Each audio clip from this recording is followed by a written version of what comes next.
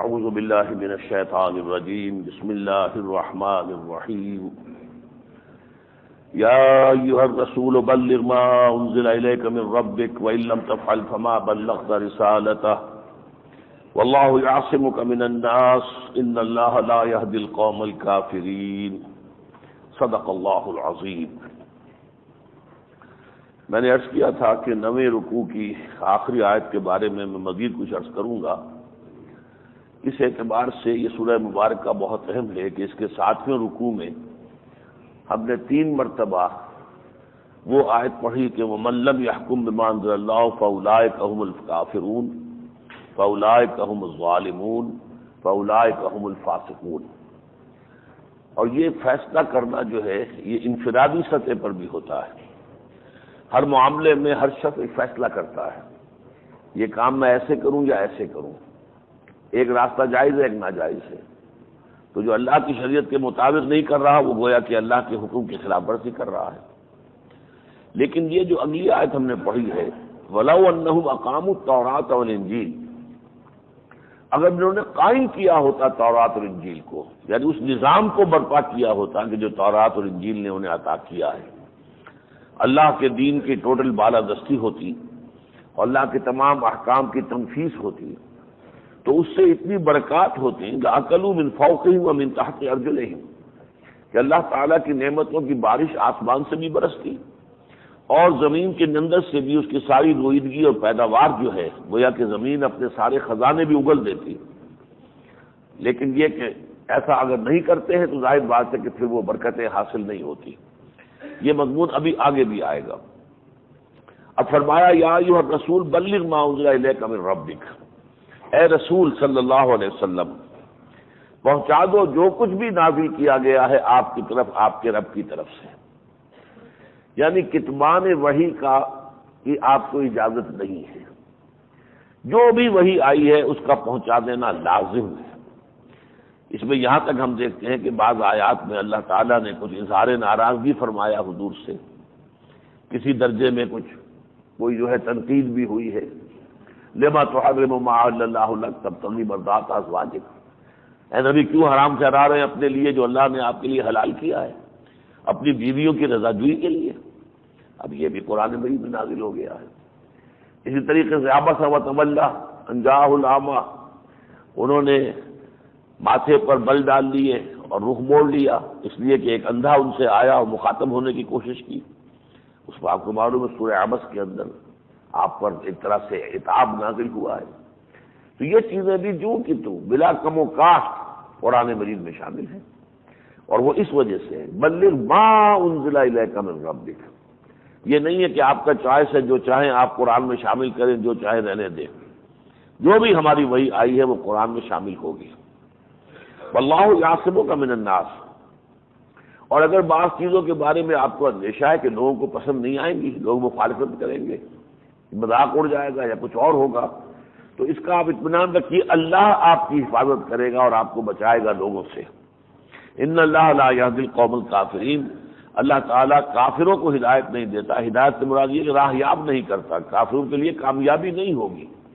وقتی طور پر اونچ نیچ ہو سکتی ہے جیسے غزوہ احد میں ہو گئی، لیکن یہ کہ مستقل کامیابی بہرحال اللہ تعالیٰ کی طرف سے اہل ایمان ہی کے لیے مقدر ہے۔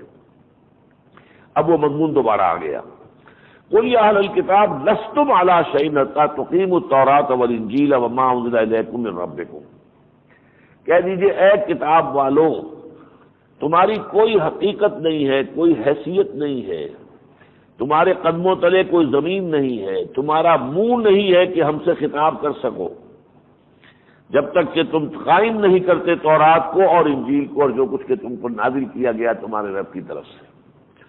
اللہ نے ایک نظام دیا وہ قائم نہیں کرتے اور پھر دعائیں کرتے ہیں اللہ سے جیسے ہمارا حال ہے، تو وہ ہماری دعائیں تو ہمارے منہ پر دے ماری جاتی ہیں۔ دعائیں قنوت نازلہ ہم پڑھ رہے ہیں، اللہ تو قبول نہیں کر رہا۔ جو کچھ ہو رہا ہے افغانستان کے اندر ہماری نگاہوں کے سامنے ہے، طالبان کے ساتھ، اور خاص طور پر وہ بیچارے جو اپنے گھروں کو چھوڑ کر گئے تھے، عرب ممالک سے آئے ہوئے ہیں، پاکستان سے گئے ہوئے ہیں، کوئی چچنیا سے آیا ہوا ہے، کوئی بنگلہ دیش سے آئے ہوئے ہیں، کہاں کہاں سے لوگ پہنچے ہوئے تھے وہاں پر، اس لیے کہ اسلام کا نام بلند ہوا تھا، اسلامی حکومت قائم ہوئی تھی۔ آج کیا ہو رہا ہے ان کے ساتھ؟ ہماری دعائیں اللہ کیوں نہیں سن رہا؟ یہ نہیں سن رہا کہ ہم نے یہاں دین قائم نہیں کیا ہے۔ لستم علی شیء حتی تقیموا التوراۃ والانجیل، تمہارا منہ نہیں ہے کہ ہم کلام ہو، ہم سے دعا کرو، جب تک کہ تم قائم نہیں کرتے۔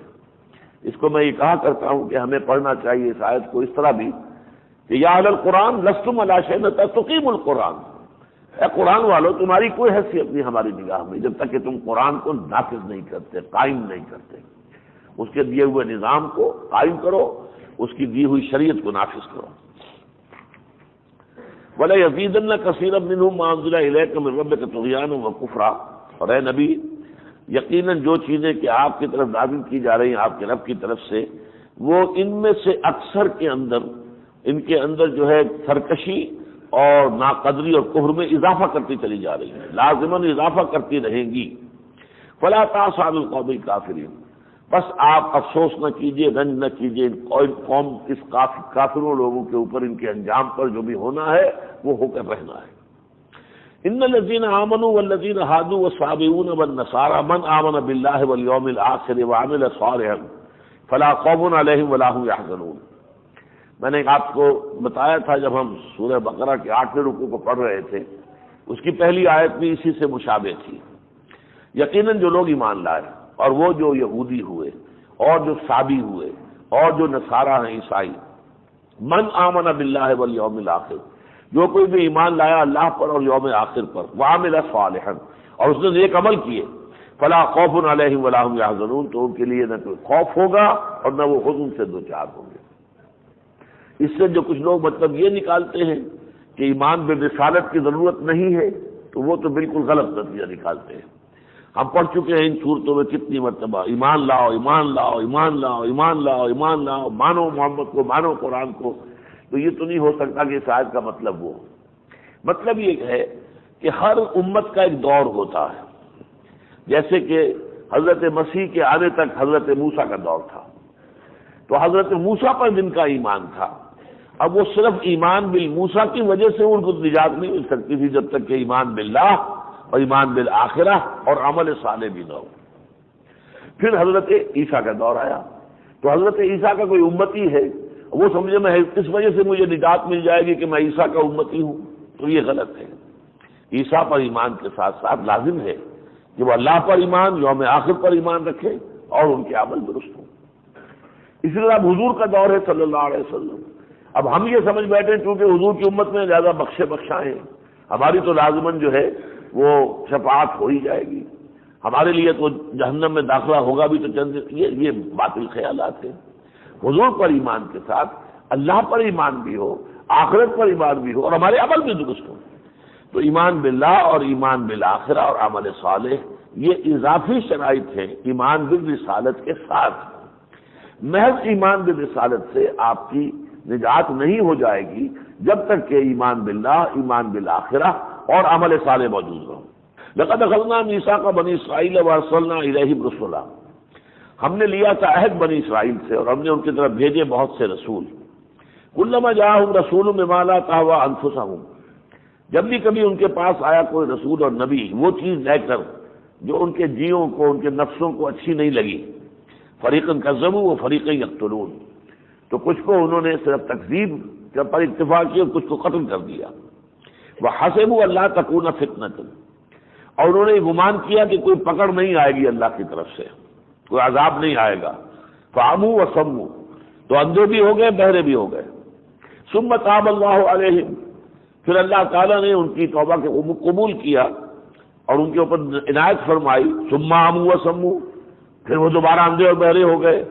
کثیر منہم، ان میں سے بہت سے، واللہ بصیر بما یعملون، اور اللہ دیکھ رہا ہے جو کچھ کہ وہ کر رہے ہیں۔ یہ اسی طرح کی آیت ہے جو ہم سورہ نساء میں پڑھ چکے ہیں، ان الذین آمنوا ثم کفروا ثم آمنوا ثم کفروا ثم ازدادوا کفرا۔ اسی طریقے سے ان لوگوں کا حال بھی ہے کہ یہ بھی اوپر نیچے ہوتے رہتے ہیں یہاں تک کہ پھر جو ہے اسی کفر کے اوپر راسخ ہو جاتے ہیں۔ لقد کفر الذین قالوا ان اللہ هو المسیح ابن مریم، یہ بات ابھی ہم نے پڑھی تھی۔ یقیناً کفر کیا ان لوگوں نے جنہوں نے کہا ہے کہ اللہ ہی ہے مسیح ابن مریم، اللہ ہی نے زمین پر اوتار کی شکل میں حضرت عیسیٰ کا روپ دھار لیا ہے۔ یہ بات جیسا کہ آپ کو معلوم ہے ہندوؤں میں بہت ہے، رام چندر جی خدا کا اوتار ہیں، کرشن جی خدا کا اوتار ہیں۔ یا اوتار کیا ہے کہ اللہ تعالیٰ خود کسی انسان کی شکل میں زمین پر اتر آئے۔ اور یہ بدقسمتی سے ہمارے ہاں بھی جو غلو کرتے ہیں نعتوں کے اندر، وہ نعتوں میں غلو کرنے والوں نے ایسی باتیں کہی ہیں، مثلاً وہی جو مستوی عرش تھا خدا ہو کر اتر پڑا وہ مدینے میں مصطفیٰ ہو کر، انا للہ و انا الیہ راجعون، وہی گمراہی اوتار کی۔ تو یہ گمراہی ان کے ہاں بھی تھی، میں آپ کو بتا چکا ہوں۔ یعقوبیہ ان کا ایک فرقہ جو تھا جیکوبائٹس، ان کا عقیدہ یہی تھا کہ حضرت مسیح جو ہے وہ در حقیقت اللہ ہی ہیں مسیح کی شکل میں۔ جیسے پھر ہمارے ہاں شیعوں کا ایک غالی طبقہ ہے جو حضرت علی کو سمجھتا ہے کہ حضرت علی اللہ کا اوتار ہے، اللہ نے ظہور کیا دنیا میں حضرت علی کی شکل میں۔ یہ عبداللہ ابن سوا کا پیدا کردہ فتنہ تھا جو ہمارے ہاں کسی نہ کسی درجے میں آج بھی پایا جاتا ہے۔ اور مولا علی مدد، یہ سارے جو نعرے ہماری زبانوں کے اوپر ہیں وہ دراصل اسی وجہ سے، مدد تو اللہ سے مانگی جاتی ہے۔ کیا کبھی مولا محمد مدد کا کوئی کہتا ہے؟ کوئی نہیں کہتا، حالانکہ حضور پر ایمان ہے، اللہ کے رسول ہیں، کبھی نہیں کہا۔ یا رسول اللہ مدد کبھی کوئی نہیں کرتا۔ یا علی مدد، یہ اس لیے کہ حضرت علی کے بارے میں یہ بات جو ہے ذہنوں کے اندر بٹھا دی گئی۔ اللہ تعالیٰ ان تمام حفوات سے ہمیں اپنی حفاظت میں رکھے۔ لقد کفر الذین قالوا ان اللہ هو المسیح ابن مریم، یقیناً کفر کیا انہوں نے جنہوں نے کہا کہ اللہ ہی ہے مسیح ابن مریم کی شکل میں۔ وقال المسیح، جبکہ حضرت مسیح نے یہ کہا تھا یا بنی اسرائیل اعبدوا اللہ ربی و ربکم، اے بنی اسرائیل بندگی اور پرستش کرو اللہ کی جو میرا بھی رب ہے تمہارا بھی رب ہے۔ انہ من یشرک باللہ، یقیناً جو شخص شرک کرے گا اللہ کے ساتھ، فقد حرم اللہ علیہ الجنہ، تو ایسے شخص پر اللہ تعالیٰ نے جنت کو حرام کر دیا ہے۔ ومأواہ النار، اور اس کا ٹھکانہ جو ہے ہمیشہ ہمیشہ کے لیے آگ ہے۔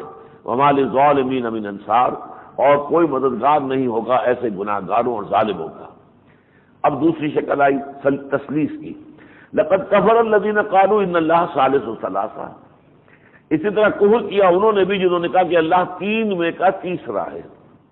یہ تثلیث میں آپ کو بتا چکا ہوں، ارلی ڈیز آف کرسچینٹی میں تثلیث کیا تھی؟ خدا، مریم اور عیسیٰ۔ لیکن اب جو دنیا کے اندر تثلیث ہے وہ کیا ہے؟ God is father, Jesus son of God, and the holy ghost, روح القدس یعنی حضرت جبرائیل۔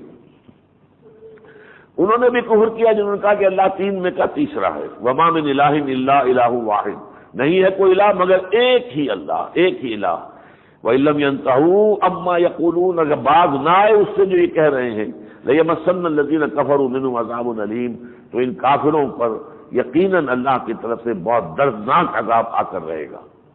أَفَلَا يَتُوبُونَ إِلَى اللَّهِ أَفَلَا يَتُوبُونَ إِلَى اللَّهِ، کیا یہ اللہ کی جناب میں توبہ نہیں کرتے؟ وَيَسْتَغْفِرُونَهُ، اس سے استغفار نہیں کرتے، اپنے گناہوں کی معافی نہیں چاہتے۔ وَاللَّهُ غَفُورٌ رَحِيمٌ، اور اللہ غفور اور رحیم ہے۔ مَا الْمَسِيحُ ابْنُ مَرْيَمَ إِلَّا رَسُولٌ، عیسیٰ ابن مریم اس کے سوا کچھ نہیں تھے کہ اللہ کے رسول تھے۔ قد خلت من قبلہ الرسل، ان سے پہلے بہت سے رسول گزر چکے ہیں۔ دیکھیے یہی آیت سورہ آل عمران میں آئی تھی، وما محمد الا رسول قد خلت من قبلہ الرسل، محمد اس کے سوا کچھ نہیں کہ اللہ کے رسول ہیں اور ان سے پہلے اور بھی بہت سے رسول گزرے۔ وہی بات، قانون ایک ہے اللہ کا۔ ما المسیح ابن مریم الا رسول قد خلت من قبلہ الرسل وامہ صدیقہ، اور ان کی والدہ جو تھی حضرت مریم صدیقہ تھی۔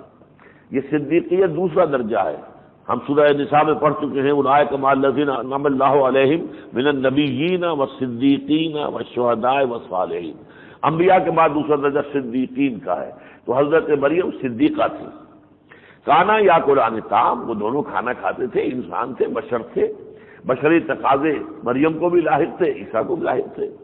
انظر کیف نبین لہم الآیات ثم انظر ما یؤفکون، دیکھیے ہم کیسے ان کے لیے آیات اپنی جو ہے واضح کر رہے ہیں، پھر دیکھیے وہ کہاں سے جو ہے الٹے چلے جاتے ہیں، بچل جاتے ہیں۔ قل اتعبدون من دون اللہ ما لا یملک لکم ضرا ولا نفعا، کہیے کیا تم پرستش کرتے ہو اللہ کو چھوڑ کر ایسی چیزوں کی جو نہ تمہارے لیے کسی نقصان کا اختیار رکھتی ہیں اور نہ نفع کا۔ واللہ هو السمیع العلیم، اللہ سب کچھ سننے والا، سب کچھ جاننے والا ہے۔ قل یا اہل الکتاب لا تغلوا فی دینکم غیر الحق، اے کتاب والو اپنے دین میں غلو نہ کرو ناحق، یہی میں پہلے بھی ہم پڑھ چکے ہیں۔ یہ غلو ہے، محبت کا غلو ہے۔ حضور کی محبت میں اتنے بڑھ گئے کہ ان کے شان میں یہ الفاظ بھی کہہ دیے، وہی جو مصطفی عرش تھا خدا ہو کر اتر پڑا وہ مدینے میں مصطفیٰ ہو کر۔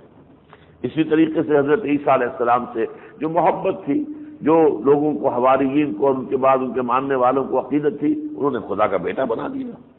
وَلَا تَتَّبِعُوا أَهْوَاءَ قَوْمٍ قَدْ ضَلُّوا مِن قَبْلُ وَأَضَلُّوا كَثِيرًا، اور بد پیروی کرو ان لوگوں کی خواہشات کی کہ جو پہلے گمراہ ہوئے اور پھر انہوں نے بہت سو کو گمراہ کیا، وَضَلُّوا عَن سَوَاءِ السَّبِيلِ، اور وہ سیدھے راہ سے بھٹک کر رہ گئے۔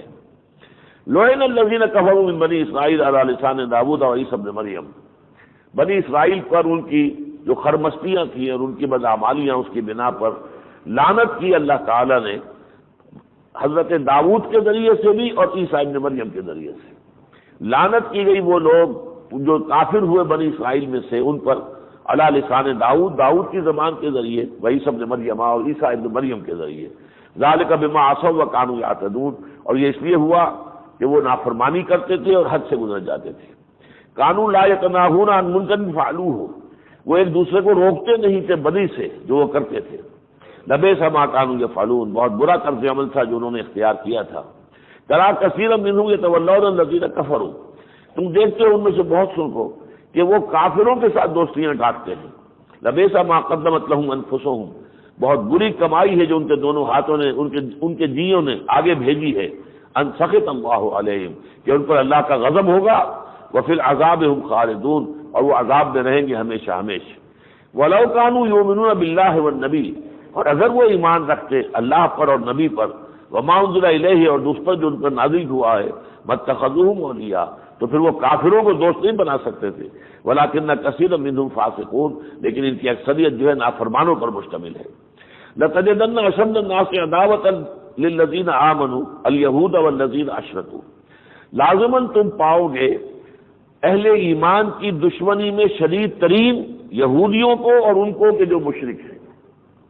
وَلَتَجِدَنَّ أَقْرَبَهُمْ مَوَدَّةً، اور پاؤ گے قریب ترین اہل ایمان سے محبت میں، للذین آمنوا، اہل ایمان کے، الذین قالوا انا نصارى، ان لوگوں کو جو کہتے ہیں کہ ہم نصارہ ہیں۔ ذالک بأن منہم قسیسین ورہبانا وانہم لا یستکبرون، اور یہ اس لیے ہے کہ ان میں عالم بھی ہیں اور درویش بھی ہیں، راہب بھی ہیں، اللہ والے بھی ہیں۔ وانہم لا یستکبرون، وہ تکبر نہیں کرتے۔ دیکھیے یہ بات ذرا نوٹ کر لیجئے کہ قرآن مجید میں اکثر و بیشتر جگہوں پر تو یہ کہا گیا ہے کہ ان کے مابین عداوت ہے، بغض ہے۔ صرف ایک آیت ہم نے پڑھی پچھلی مرتبہ کہ یہ آپس میں دوست ہیں، بعضهم اولیاء بعض، یہاں اس حقیقت کو کھول دیا گیا۔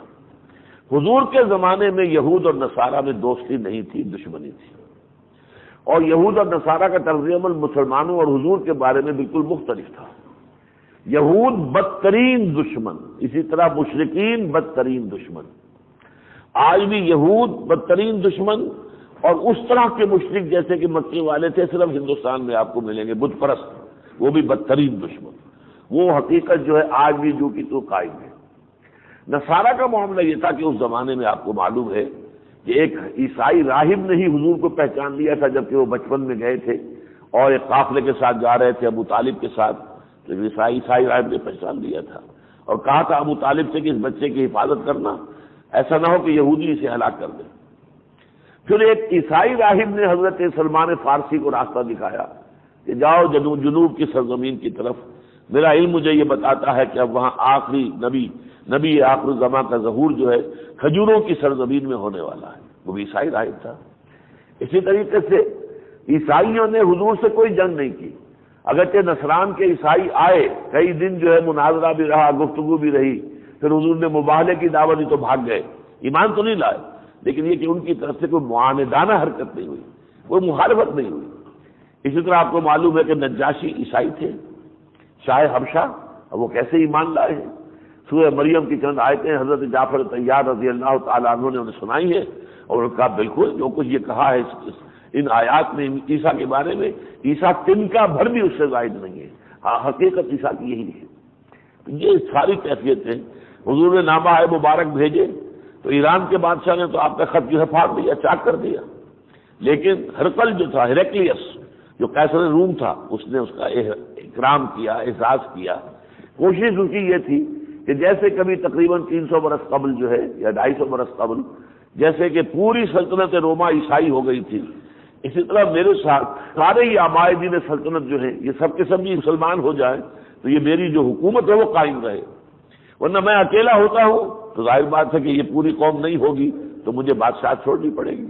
یہ اس کے پاؤں کی بیڑی بن گئی، ورنہ وہ پہچان چکا تھا۔ مقوقس تھا جو پیٹریارک تھا الیگزینڈریا کا، اسکندریہ، گویا کہ مصر کا حاکم تھا، اس نے حضور کے نامہ مبارک جب پہنچا تو اس کو چوما ہے اور اعزاز کیا ہے، مہمان رکھا ہے سفیر کو، پھر حضور کی خدمت میں تحفے بھیجے۔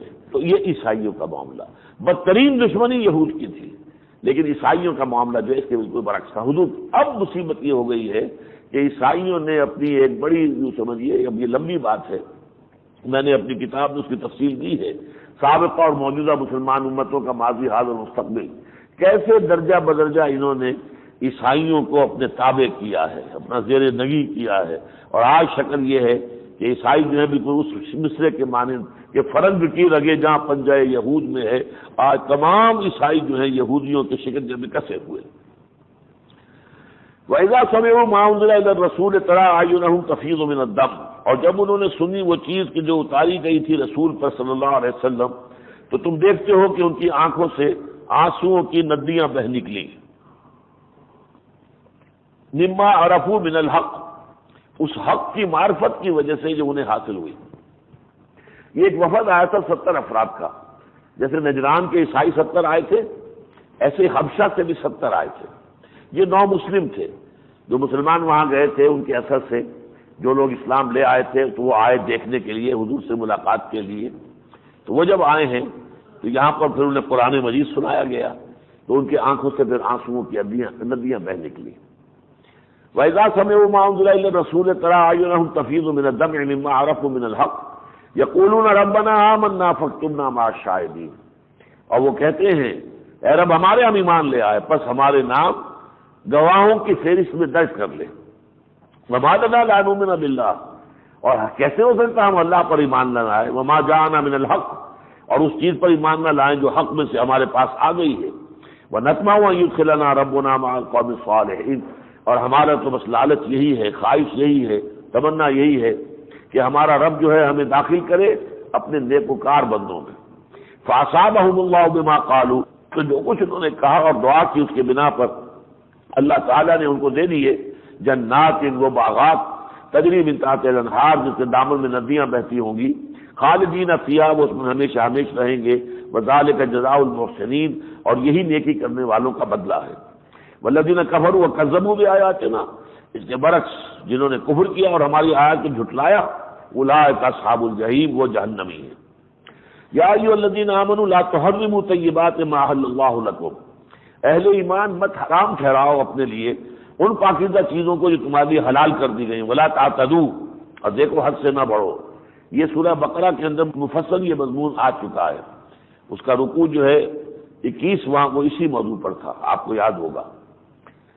وَكُلُوا مِمَّا رَزَقَكُمُ اللَّهُ حَلَالًا طَيِّبًا، اور جو بھی اللہ نے تمہیں حلال اور طیب چیزیں عطا کی ہیں انہیں کھاؤ۔ وَاتَّقُوا اللَّهَ، اور اللہ سے ڈرو، الَّذِي أَنتُم بِهِ مُؤْمِنُونَ، جس پر کہ تمہارا ایمان ہے۔ لَا يُؤَاخِذُكُمُ اللَّهُ بِاللَّغْوِ فِي أَيْمَانِكُمْ، جو بے معنی قسم کی قسمیں تم کھاتے رہتے ہو اللہ اس پر مؤاخذہ نہیں کرے گا۔ جیسا کہ میں نے عرض کیا تھا، یہ مضمون سورہ بقرہ میں آیا تھا کہ اللہ واللہ باللہ کے بغیر عرب کا جو ہے کوئی جملہ شروع ہی نہیں ہوتا۔ یہ قسم وہ وہاں جو ہے مراد قسم نہیں ہوتی، یہ ان کا تکیہ کلام ہے۔ ولیکن یؤاخذکم بما عقدتم الایمان، لیکن جو قسمیں تم دل کی گہرائی کے ساتھ کھاؤ، ارادے کے ساتھ، جو مستقل اپنے شعور کے ساتھ، اس پر اللہ مؤاخذہ کرے گا۔ پھر اگر ایسی قسم کو توڑنا پڑے فکفارتہ، تو اس کا کفارہ کیا ہے؟ اطعام 10 مساکین، 10 مسکینوں کو کھانا کھلایا جائے، اور کھانا بھی ایسا نہ ہو کہ روکھا سوکھا رکھ دیا جائے۔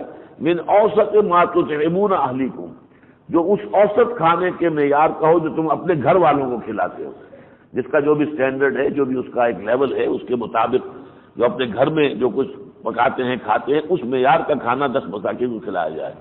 اور کسوتہم، یا انہیں کپڑے دیے جائیں، اور تحریر رقبہ، اور یا یہ ہے کہ ایک گردن کو آزاد کیا جائے، یعنی ایک غلام کو آزاد کیا جائے۔ فمن لم یجد، جس کے پاس اس کی استطاعت نہ ہو، فصیام ثلاثۃ ایام، تو وہ 3 دن کے روزے رکھے۔ لیکن یہ نوٹ کر دیجئے کس کے لیے، من لم یجد، اگر کوئی شخص جو ہے صاحب استطاعت ہے، نہ وہ مسکینوں کو کھانا کھلاتا ہے اور نہ وہ کسی غلام کو آزاد کرتا ہے، 3 روزے رکھ دیتا، یہ غلط ہو جائے گا۔ ہاں جس کے پاس نہیں ہے کچھ بھی، نہ وہ مسکین کو کھانا کھلا سکتا ہے، نہ کپڑے دے سکتا ہے، نہ کوئی غلام خرید کے آزاد کر سکتا ہے، تو پھر اس کے لیے ٹھیک ہے کہ 3 دن کے روزے رکھ لے۔ ذالک کفارۃ ایمانکم اذا حلفتم، یہ کفارہ ہے تمہاری قسموں کا جبکہ تم قسم کھاؤ۔ واحفظوا ایمانکم، اپنی قسموں کی حفاظت کیا کرو۔ کذالک یبین اللہ لکم آیاتہ، اسی طرح اللہ تعالیٰ اپنی آیات تمہارے لیے واضح کرتا ہے، لعلکم تشکرون، تاکہ تم شکر کرو۔ یا ایھا الذین آمنوا انما الخمر والمیسر والانصاب والازلام رجس من عمل الشیطان، اب یہ شراب اور جوئے کا آخری حکم آ رہا ہے۔ سورہ بقرہ میں کیا آیا تھا کہ یسألونک عن الخمر والمیسر قل فیہما اسم کبیر ومنافع للناس واسمہما اکبر من نفعہما، بس یہاں بات چھوڑ دی۔ پھر خاص طور پر شراب کے بارے میں آ گیا کہ اگر نشے کی حالت میں ہو تو نماز کے قریب نہ جاؤ، اب یہ آخری حکم آ رہا ہے۔ یا ایھا الذین آمنوا، اہل ایمان، انما الخمر والمیسر، یقیناً شراب اور جوا، والانصاب اور بت، والازلام اور وہ جو پانسے پھینکتے ہیں جوئے کے، رجس من عمل الشیطان، یہ در حقیقت شیطان کے اعمال میں سے گندگی کے کام ہیں۔ فاجتنبوہ لعلکم تفلحون، ان سب سے اجتناب کرو، بچو، ان سب سے علیحدگی اختیار کرو تاکہ تم فلاح پاؤ۔ انما یرید الشیطان ان یوقع بینکم العداوۃ والبغضاء فی الخمر والمیسر، یہ تو شیطان ہے جو چاہتا ہے تمہارے مابین دشمنی اور بغض پیدا کر دے، شراب کی وجہ سے اور جوئے کی وجہ سے۔ شراب میں اپنے جو ہے وہ ہوش و حواس میں نہیں ہوتا تو لڑ پڑتے ہیں، جو بھی لڑائیاں ہوتی ہیں، دنگے فساد، وہ جو آپ کہتے ہیں کہ شراب کے نشے کے اندر جو ہیں وہ کچھ لوگ تھے اور وہ ہڑمونگ بچا رہے تھے، تو وہ کیا ہوتا ہے کہ اپنے ہوش تو ہے نہیں۔ اس طرح جوئے کے اندر بھی کوئی شخص ہار رہا ہو، مسلسل ہار رہا ہو، تو پھر تنگ آ کر وہ تنگ آمد وجنگ آمد، پھر وہ اٹھا کر سارا جو ہے وہ ٹیبل ہی الٹ دیتا ہے اور پھر دنگا فساد شروع ہو جاتا ہے۔ تو یہ شیطان اصل میں چاہتا یہ ہے کہ ان دونوں چیزوں کے ذریعے سے تمہارے اندر ایک دوسرے کے لیے دشمنی اور ایک دوسرے کے لیے بغض پیدا کر دے۔ فَهَلْ أَنْتُمْ مُنْتَهُونَ، اب یہ ہے بہت زوردار الفاظ، تو اب باز آتے ہو کہ نہیں؟ اس میں جو شدت ہے، کیوں نہیں؟ کیونکہ تمہیں پہلی بات پر سمجھ جانا چاہیے تھا کہ ہوا کا رخ کیا ہے۔ جب ہم نے کہا تھا اسمہما اکبر من نفعہما، تمہیں چھوڑ دینی چاہیے تھی۔ پھر جب ہم نے یہ کہا کہ شراب کی مناسب میں ہو تو نماز کے قریب نہ، اب تمہیں چھوڑ دینا چاہیے تھا کہ بری شے ہے جس کی وجہ سے ہم نماز سے محروم ہو رہے ہیں، تو تم نے اب بھی اگر نہیں چھوڑا ہے تو اب بھی باز آتے ہو کہ نہیں؟ فعلن تم انتے ہو، تو اب باز آ جاؤ۔ واطیعوا اللہ واطیعوا الرسول، اور اللہ کی اطاعت کرو، رسول کی اطاعت کرو، واحذروا، اور بچتے رہو، ڈرتے رہو۔ فإن تولیتم، پھر اگر تم نے روگردانی کی، فاعلموا انما علی رسولنا البلاغ المبین، تو جان لو ہمارے رسول پر سوائے کھلی کھلی تبلیغ اور ابلاغ کے، وما علینا الا البلاغ، سوائے پہنچا دینے کی کوئی ذمہ داری نہیں ہے۔ اب جو آیت آ رہی ہے یہ بھی بہت عظیم آیات میں سے قرآن مجید کی، اور در حقیقت یوں سمجھیے کہ جو عظیم ترین حدیث ہے جسے ام السنہ کہا گیا ہے۔ حضرت جبرائیل آئے انسانی شکل میں ایک دفعہ، اور حضور کے صحابہ کے مجمع میں بیٹھ کر حضور سے کچھ گفتگو کی، وہ کہلاتی ہے حدیث جبرائیل، اس کو کہتے ہیں ام السنہ۔ جیسے سورہ فاتحہ جو ہے ام القرآن ہے، قرآن مجید کی اساس ہے، جڑ ہے، بنیاد ہے، ایسے ہی وہ حدیث جو ہے وہ ام السنہ ہے، حدیث کی جڑ اور بنیاد۔ اس کی صحیح شرح اس آیت میں سمجھ لیجئے، یا اس آیت کی صحیح شرح اس حدیث میں سمجھ لیجئے، یہ ایک دوسرے کو واضح کرنے والی ہے۔ اس کا پس منظر کیا ہے؟ جب اس قدر شدت کے ساتھ اس وقت اللہ نے ڈانٹ پلائی، اب باز آتے ہو کہ نہیں؟ تو اس پر بہت سے لوگ ڈر گئے کہ اگر ہم ابھی تک شراب پیتے رہے، اور شراب نجس ہے، بری شے ہے، تو ہمارے تو آج کے اصطلاح میں کہہ رہا ہوں، ہمارے تو ایک ایک سیل کے اندر شراب کا اثر ہوگا، تو یہ گندگی جو ہے کیسے اللہ تعالیٰ معاف فرمائے گا؟ یہ تو ہم کہیں جہنم میں ڈال دیے جائیں۔ اس تشویش کی وجہ سے اب جو ان کو جو پیدا ہو گئی، اس کا ازالہ کرنے کے لیے یہ آیت نازل ہوئی۔ لیس علی الذین آمنوا وعملوا الصالحات جناح فیما طعموا، جو لوگ کھا پی چکے حکم کے آنے سے پہلے، وہ صاحب ایمان جو نیک عمل کرنے والے ہیں، ان پر کوئی گناہ نہیں ہے جو وہ کھا پی چکے۔ پہلے جب تک کہ ابھی آخری حکم نہیں آیا تھا تو حرام تو نہیں تھی نا، پہلے دونوں احکام کے نتیجے میں اس کی حرمت کا حکم کسی نے نہیں سمجھا تھا، لہذا اس کے کوئی ملامت نہیں ہے، کوئی گناہ کی بات نہیں ہے کہ تم اب تک کھاتے پیتے رہے ہو، تم پیتے رہے ہو شراب، جبکہ اب یہاں وہ آ رہی ہے بات حکمت کی، اذا اتقوا وآمنوا وعملوا الصالحات، جبکہ وہ تقوی کی روش پر کاربند رہے ہوں اور ایمان لائے ہوں اور نیک عمل کیے ہوں، ثم اتقوا وآمنوا، پھر اس تقوی نے انہیں اور آگے بڑھایا ہو اور اونچا اٹھایا ہو اور وہ واقعی حقیقی ایمان والے بن گئے ہو، ثم اتقوا واحسنوا، پھر تقوی نے انہیں اور اوپر اٹھایا ہو اور وہ محسنین بن گئے ہوں، درجہ احسان پر فائز ہو چکے ہوں۔ یہی 3 سوال کیے تھے حضرت جبرائیل نے، اخبرنی عن الاسلام، مجھے بتائیے اسلام کیا ہے، یہ ایمان کا پہلا درجہ ہے، لسان اقرار باللسان والا ایمان کا درجہ، پھر اخبرنی عن الایمان، یہ ہے ایمان جب دل میں داخل ہو جائے، پھر اخبرنی عن الاحسان، یہ ایمان اس درجے کا ہو جائے کہ اللہ پر یقین ہو ایسے ہی جیسے کہ اپنی آنکھوں سے اللہ کو دیکھ رہے ہیں، یہ ہے دل میں گہرا اتر جانا، ایک تو ہے دل میں داخل ہو جانا تو وہ ایمان ہو گیا، لیکن دل میں انتہائی گہرائی میں ایمان اتر گیا ہے تو یہ اب احسان ہے، اور دل کی گہرائیوں کو آپ نہیں جان سکتے، بہت پیارا انداز ہے وہ جو میرا خیال ہے بھاؤ صاحب کا ہے، دل دریا سمندروں ڈونگے کون دلاں دیاں جانے ہو، باہو سلطان باہو، یہ دل جو ہے دریاؤں اور سمندروں سے بھی کہیں زیادہ ڈونگے، کیونکہ اس میں روح ربانی ہے،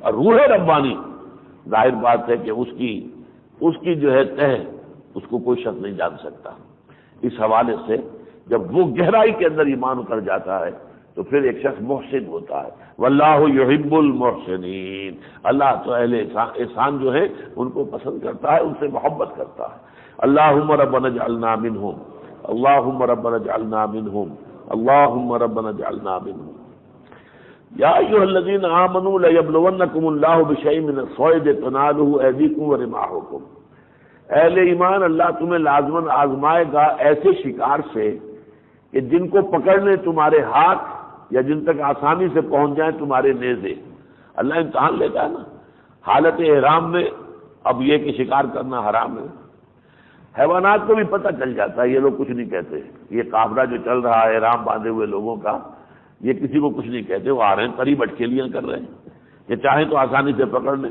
ہرن جو ہے اسے پکڑ لیا، یا یہ کہ تیر چلانے کی ضرورت نہیں، نیزہ ہی مارا اور نیل گائے ہے یا کچھ اور ہے اس کو پکڑ لیا اور ہلاک کر لیا، لیکن نہیں، یہ اللہ کی آزمائش ہے، تمہارے لیے حرام ہے، اب نہیں پکڑ سکتے، جیسے اصحاب السبت کا واقعہ ہم پڑھیں گے کہ ان کو بھی معلوم ہو گیا تھا کہ ہفتے کے روز جو ہے وہ مچھلیاں، ان کو معلوم ہو گیا تھا کہ ہمیں پکڑتا کوئی نہیں ہفتے کے دن، باقی 6 دن ہماری شامت آئی رہتی ہے، تو وہ ہفتے کے دن آ کے اٹکیلیاں کرتی تھی ساحل سمندر کے ساتھ، اب یہ بیچارے یہودی کھڑے ہو کر دیکھتے تھے حسرت کے ساتھ، پکڑ تو سکتے نہیں، اور کس قدر قریب آئی ہوئی ہیں، اور باقی دنوں میں وہ دور گہرے سمندر میں چلی جاتی تھی، اور گہرے سمندر میں جو ہے وہ مچھلیاں پکڑنے کے ابھی وہ ان کے پاس اوزار یا ان کے پاس اس کے ذرائع تھے ہی نہیں، تو اللہ تعالیٰ امتحان لیتا ہے سخت، یا ایھا الذین آمنوا، اہل ایمان، لیبلونکم اللہ بشیء من الصید، اللہ تمہارا امتحان لے گا شکار سے، تنالہ ایدیکم، جس کو پہنچ جائیں تمہارے ہاتھ یا تمہارے نیزے،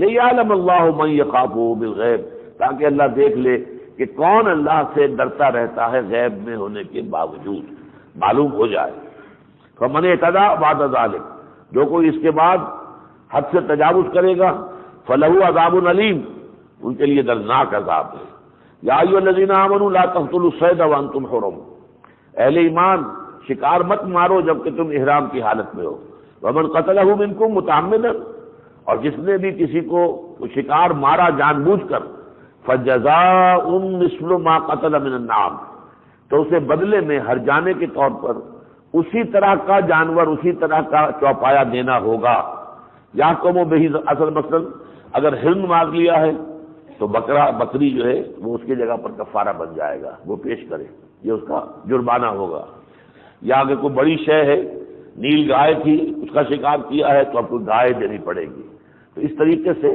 اس کے ہم وزن اور اس کی قیمت کے آس پاس، اس کے جسامت کے آس پاس کا کوئی جانور ہوگا وہ پیش کرنا ہوگا۔ یحکم بہ ذوی عدل منکم، جس کا فیصلہ کریں گے تم میں سے دو معتبر آدمی۔ ہدیم بالغ الکعبۃ، یہ جائے گا ہدیہ کے طور پر کعبے تک، یہ یہاں پر تم کاٹ کر نہیں کھاؤ گے۔ او کفارۃ، یا اگر یہ شکل نہ ہو تو اس کا ایک کفارہ اور بھی ہے، طعام و مساکین او عدل ذالک صیامن، کہ کھانا کھلایا جائے مسکینوں کو۔ اندازہ کیا وہ جائے وہ جانور کتنی قیمت کا ہو سکتا ہے جو اس کے ہم وزن ہو، جیسا ہو، اس سے کتنا اناج آ سکتا ہے۔